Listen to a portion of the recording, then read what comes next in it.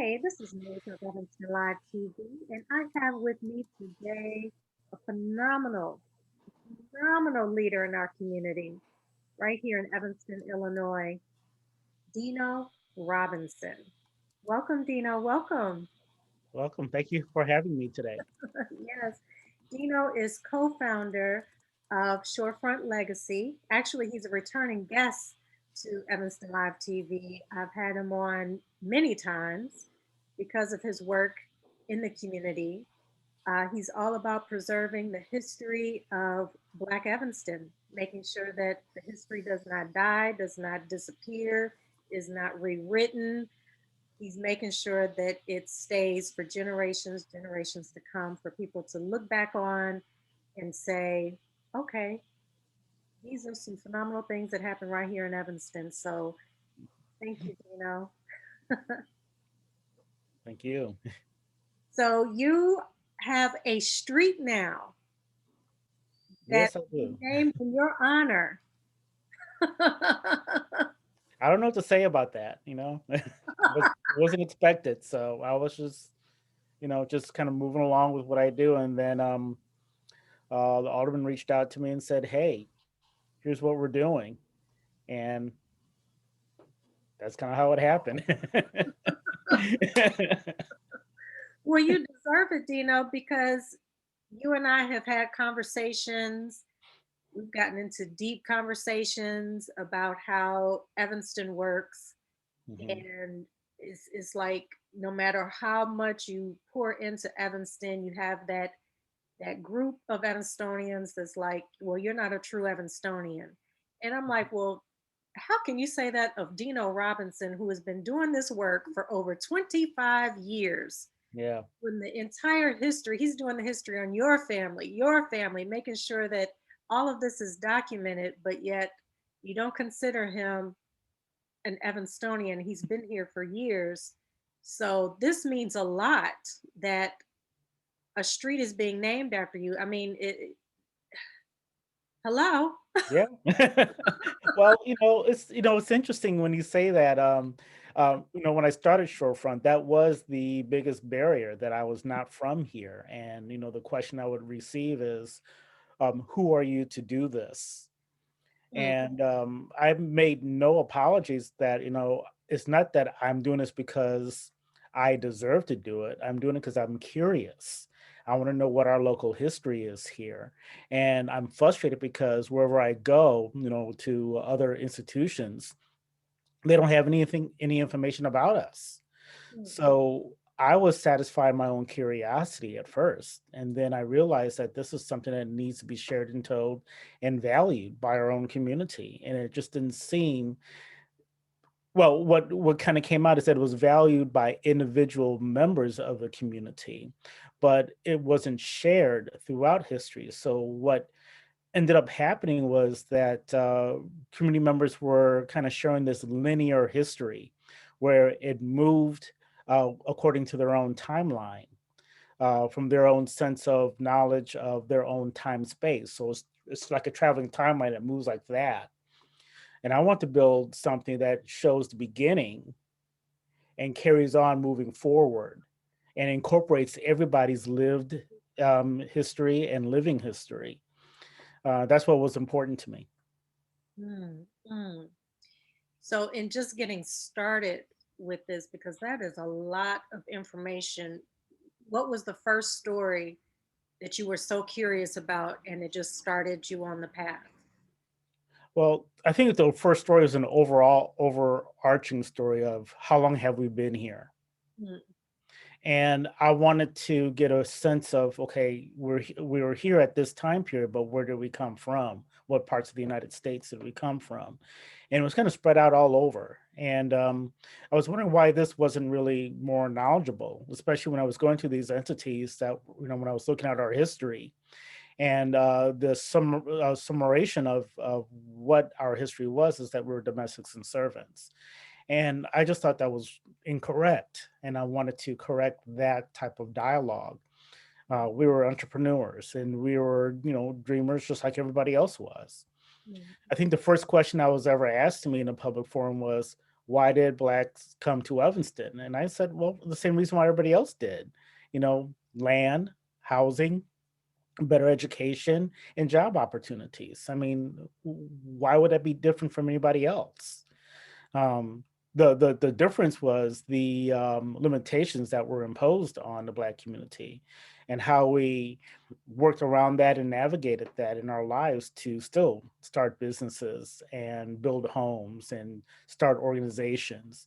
And and then my thought mind of my mind was, well, why isn't this stuff taken care of? Why don't we know about the early organizations that invited more Black families into Evanston, that supported Black families in Evanston? Why aren't these organizations remembered? Mm, mm. And so when they were saying, questioning why we came here, and you started digging and explaining, this is why we came. We came here because there was opportunity here. It was new area, new community, and why not plant roots here? And you started documenting that. What was some of the feedback that you got? Uh, the overarching feedback was, I did not know.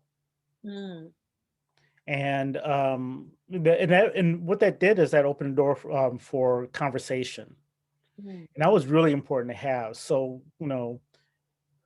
sometimes what I would get is, well, you don't talk about so and so. They were the first to do X, Y, Z, and then I would say, well, what about so and so who did it 50 years prior to that? And that makes people pause and say, oh, wait, I didn't know about that. Why don't I know about that? I said, well, that's the reason why we're doing this.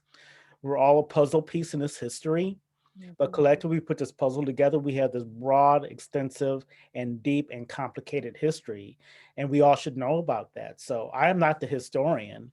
I am just the person trying to gather all the pieces to make that puzzle, so we all share that same history and we all have the same story. mhm. What has been some of the most shocking information you've come across? Um, Honestly, I guess nothing was really shocking so much, except that the amount of successes that we've had in this community are not just our local outreach, but our regional and national and even global impact that we've had on society. Mm, So when we uncover stories like Dorothy Hadley, who graduated from ETHS and then went on to graduate from Howard University and then work at Howard University and registered in Dr. Malikubayan, who finishing up his doctorate. Malikubayan was the first nephew of King Haile Selassie in Ethiopia, and they ended up marrying. And because of his role, he was served as ambassador for Haile Selassie. And both Dorothy Hadley and Malikubayan traveled the world, England, New York, Chicago, raising funds to help Ethiopia fight against the Italian invasion during their war. And that was huge. They started the Ethiopian Star paper and the Ethiopian World Federation of Organizations established that in New York, and it still survives to this day. It's the work of Dorothy Hadley. mm, That's a global outreach. yes, yes, yes. Yeah, and I'm sure people are like, Evanston, where's Evanston? This little town, but a lot has come out of Evanston. Some phenomenal Absolutely. leaders. Absolutely. And there's so many more people that, had their, birth here in Evanston, but then relocated elsewhere. And so I kind of muted for a second there because we had the street sirens going off here. But um, just finding those stories and trying to put paperwork behind it, uh, it's complicated, but it's a lot of fun doing that investigative research to find bits of information that tells a broader story. Hmm. I hear the sirens too. I think it's fading. I think it's fading. Dino, how do you even I mean, just where do you just start with this sort of research? I'm not a I research, but not to the level, the degree that you do.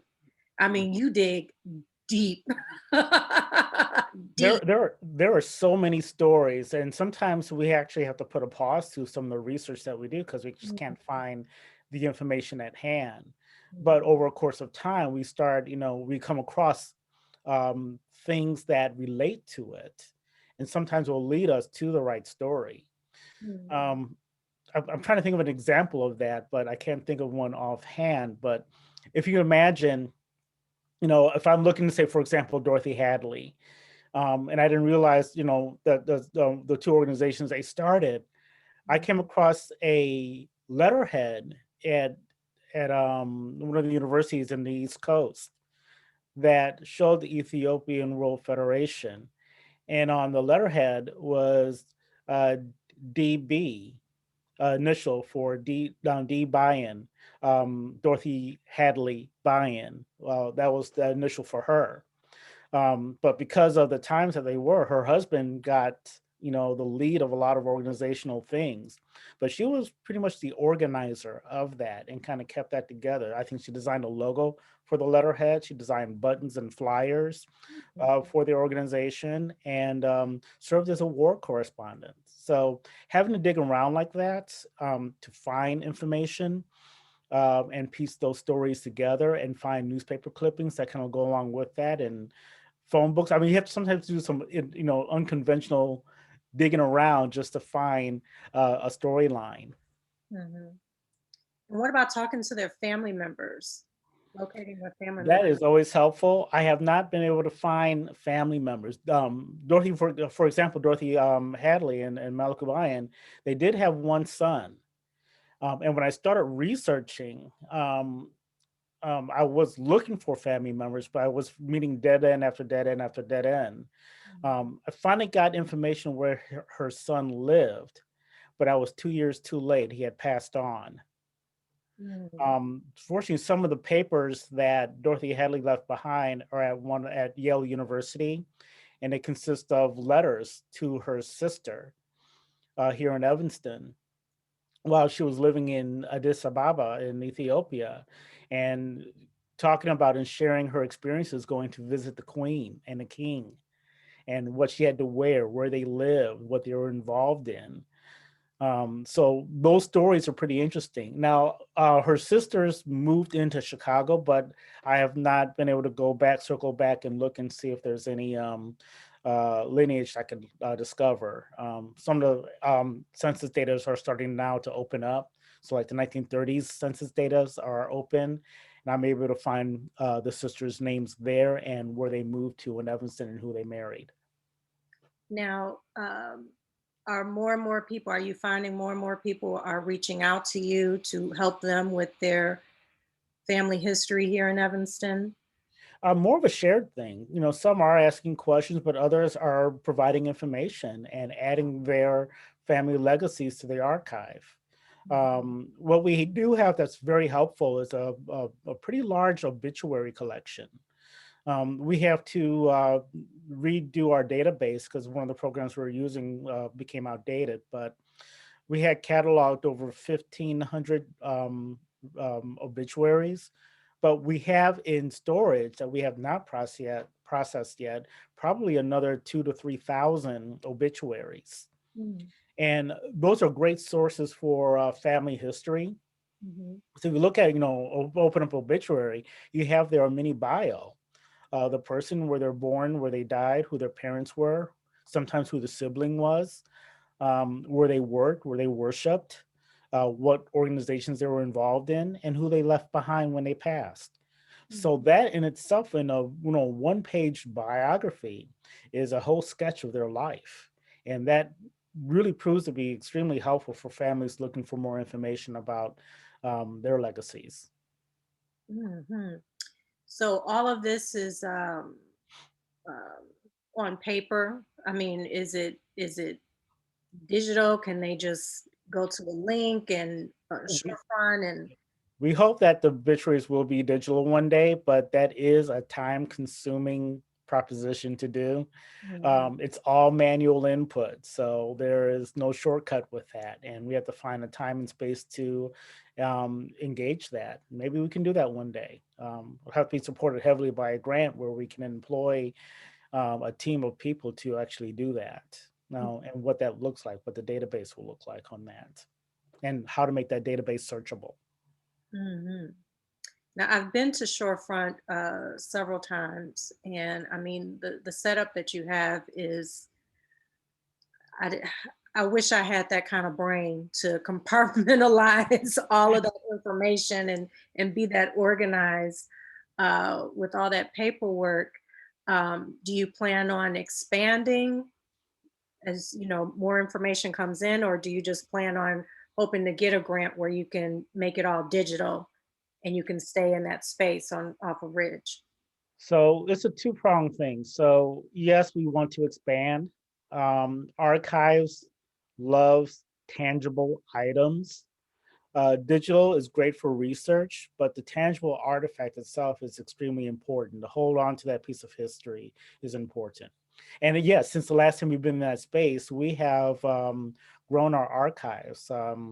We've added probably about 10 new shelves of artifacts that have been coming in from families who are donating their papers.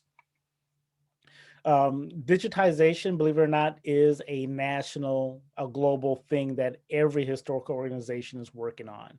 Mhm. There's never enough money.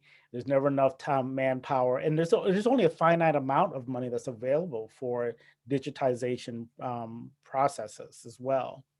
Mhm. So if you can imagine, there was this one grant that we did apply for several years ago in the state of Illinois. It was a simple, $2,000 grant for some boxing and for organizing our archives. We did not get that grant. They only had about $18,000 to spend in that grant. There were over 256 applications Mm. for that. Well, So only a handful of organizations will get that. So by the time you cross all the T's, dot all the I's, and do all your surveys and reports and need assessments that you have to farm out elsewhere to get that to defend your work, it becomes highly competitive. Now, it doesn't mean that we didn't score well. We scored very high in that grant application, but I think the grantees had to basically score between 99 and 100% on their applications. So the bar gets set really high. mm. But there are other instances where we did win a grant. We did get one Illinois grant a couple of years ago to digitize some of our oral histories. So we do have an oral history website. It consists of 37 audio oral histories, complete with transcripts. And that was supported by a grant from the Illinois Humanities Council. And our grant application did score 100% on that. And we were able to win that grant and produce that website within a year. Now, you did the Lorraine H. Morton documentary and it Mhm. played in the theater. A phenomenal job on that. I miss her so much. Yeah. I do. I miss her energy so much here in Evanston. Um, so, how were you able to get that going? I know it took a while. How long did it take to put that documentary together? Well, if we really think about how we did this, we actually started that process. I mean, we released it in 2018, but we really started that process 12 years prior to that with a conversation with the late Lorraine Morton and her family. This really plays a part in how you build relationships. Mm. Um, you know, Lorraine Morton was really against having a documentary done about her, and it was understandable at that time. She's still in office. She still had a lot of work to do, and she just wasn't quite sure. What But was just her building that. that I'm curious. What Say that what again. what was her hesitation to do it? She never made it very clear. She just said she wasn't quite sure she wanted to do it. So, as an organization, we don't push for a why don't you want to. We just kind of build the case, in our actions why it's needed. Mm.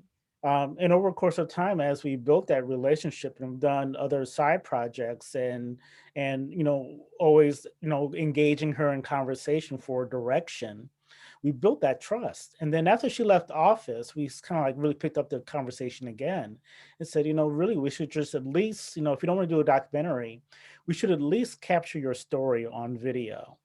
Mhm. And she agreed to that. And so we spent 4 consecutive Fridays Mhm. interviewing her at her home. So we set up all the lights and the cameras, and we actually left it up for the week, for the 4 weeks in her living room. Mm. And she was like on point on everything like that. She said, okay, I'll make sure I wear the same outfit every time we talk. We left everything in the same position, all the lights up in the same position. So when we came in, it seemed like it was one continuous shot, but they were actually shot between 4 different days, 4 different Fridays. Mm. And we promised her that we only take up an hour of her time. But if you know Lorraine Morton, she doesn't talk under an hour. So each one was about 4 hours, were about 4 hour sessions. And so we had a total of 16 hours of raw video asking Mhm. a abundance of questions. We had it all categorized. The first shoot was all about her childhood and early family life. The second interview was kind of wrapping up some of the old questions and then adding new questions to, what was it like to be, in college, and what did you do and why did you come to Evanston for college? Mhm. And that part of her life. And then we talked about her teaching career. Then we talked about her career in the government as alderwoman and then as mayor.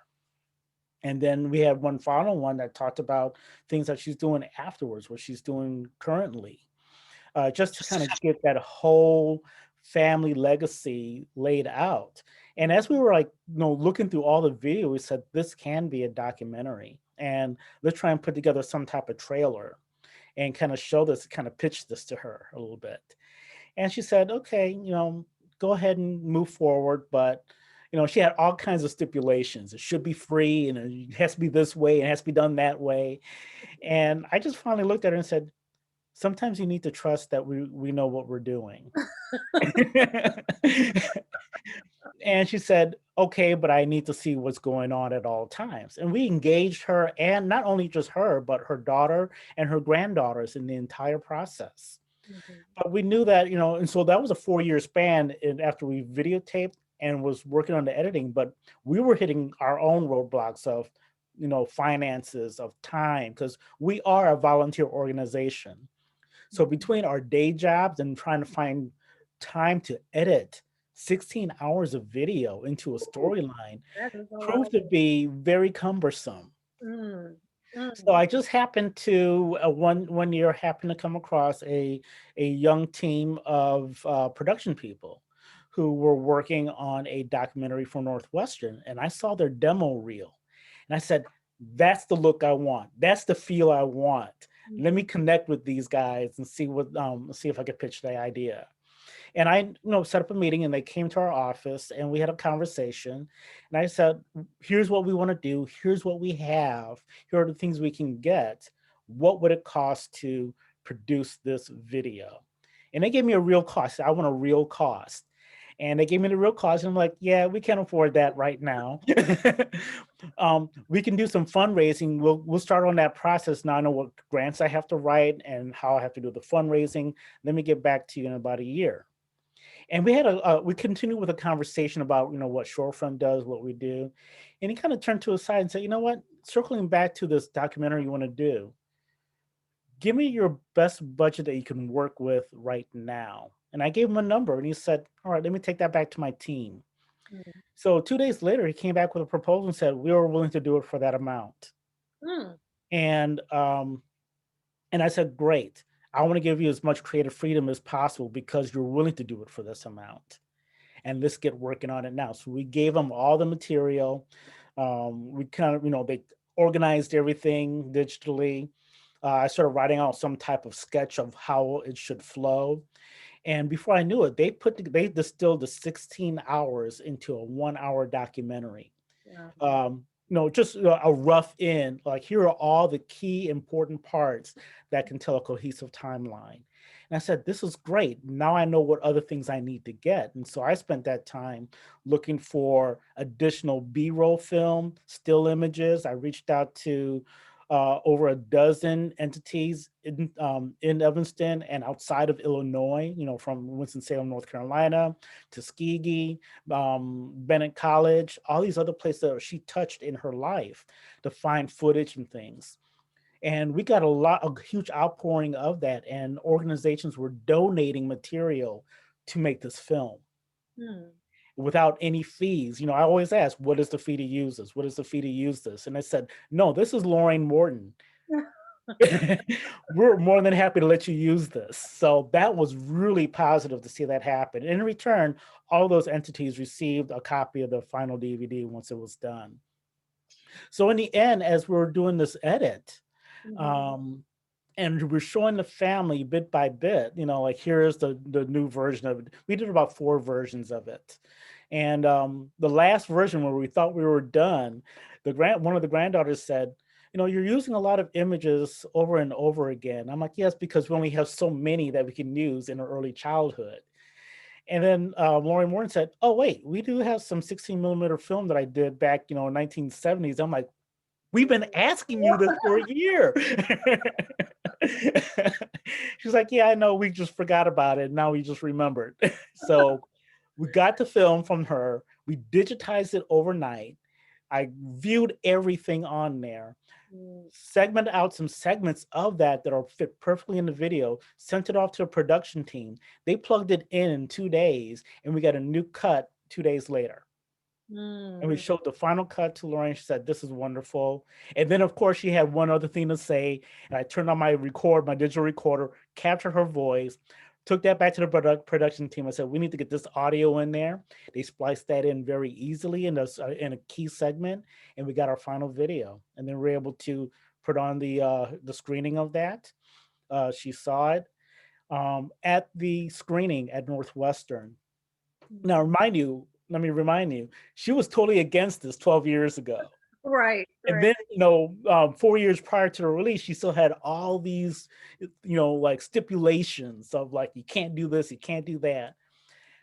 After we did the screening and we invited her up front to speak, and she said her piece. And as a round, the people were applauding her. I was standing next to her. She pulled me down to her ear height, and she said, "Dino, you make this DVD and you sell it. This is phenomenal." Oh. So that whole turnaround and building that relationship from totally against it to 100% supporting it, Mhm. that was more important to me than the final product. Mm. Mm.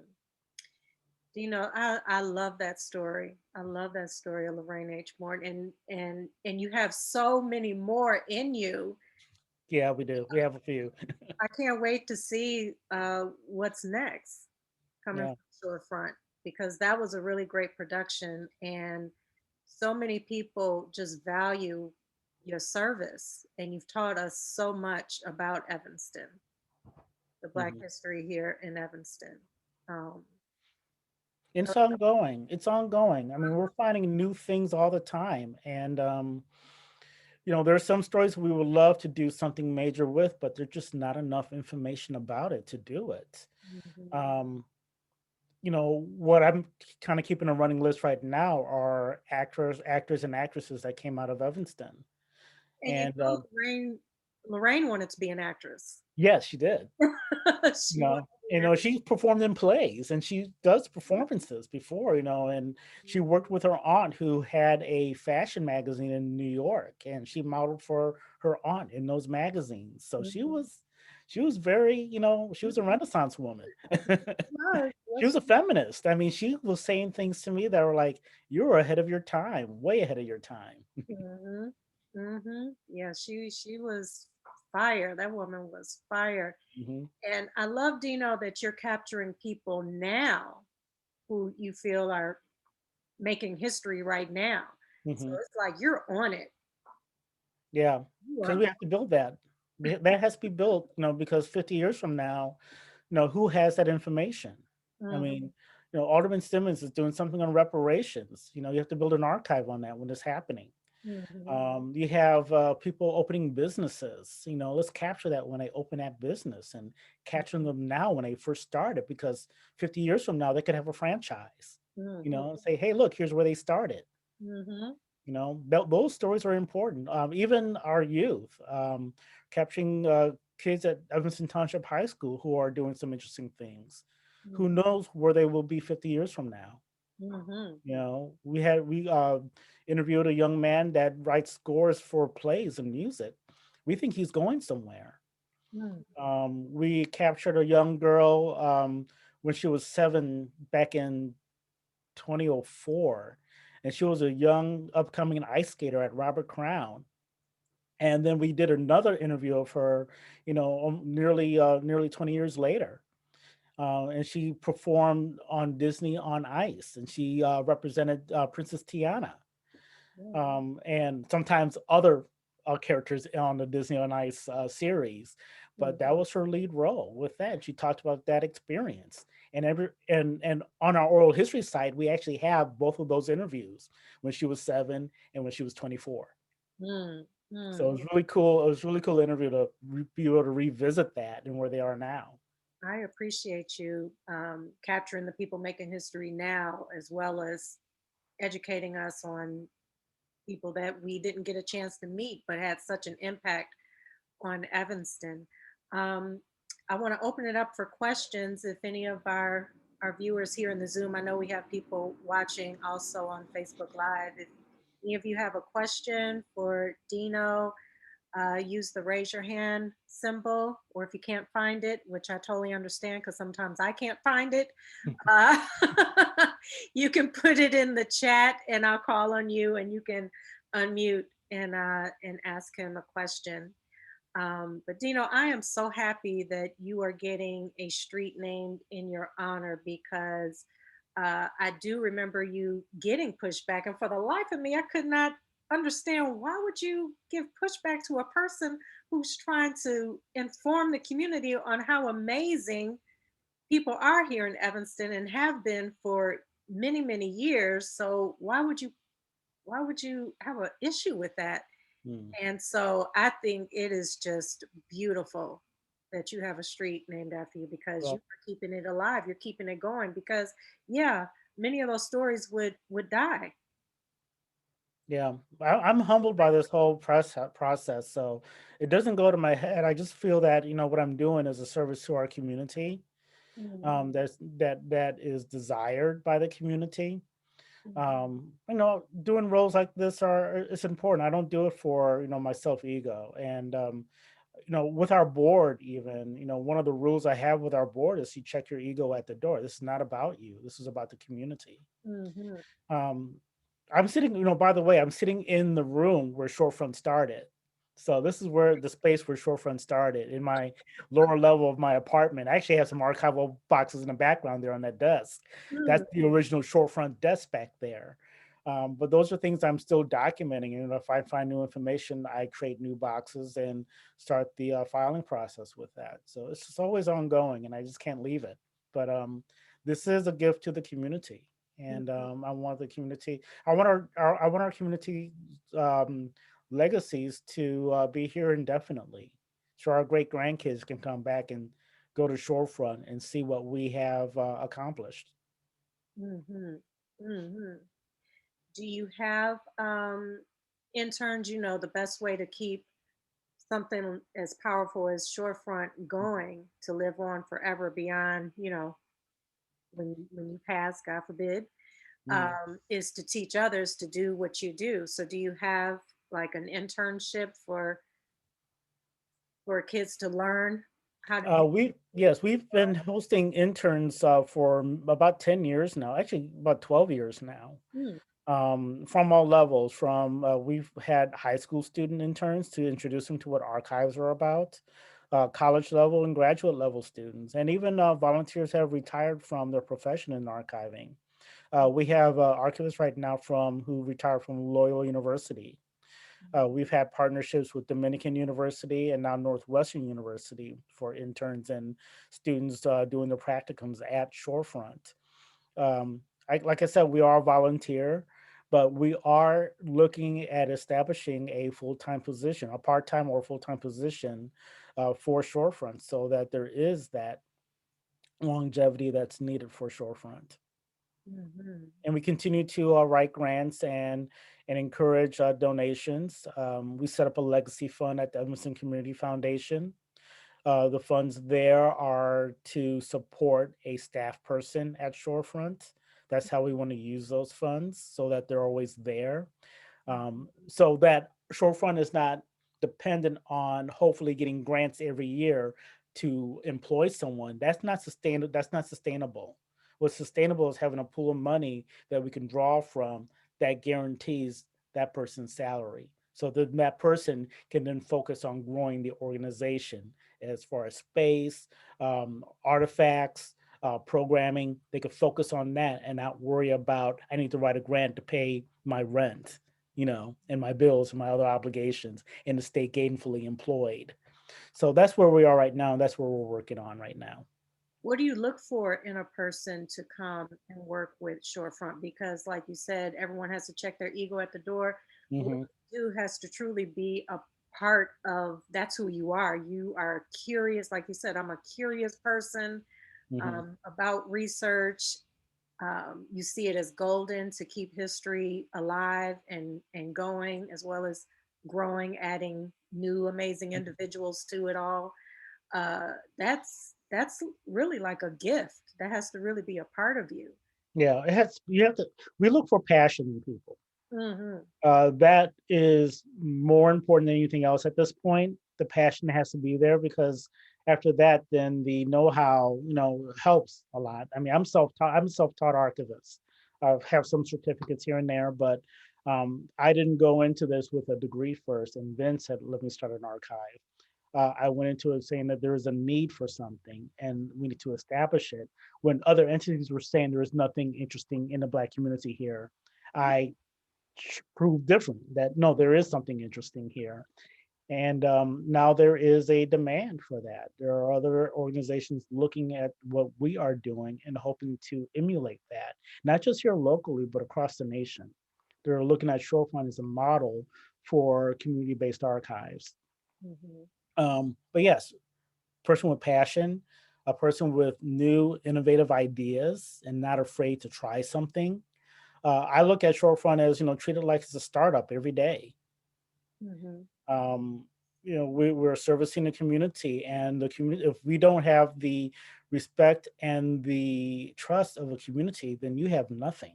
Hmm. Above all, you have to be able to communicate with the community. You are not on top tier, and the community must, bow to you.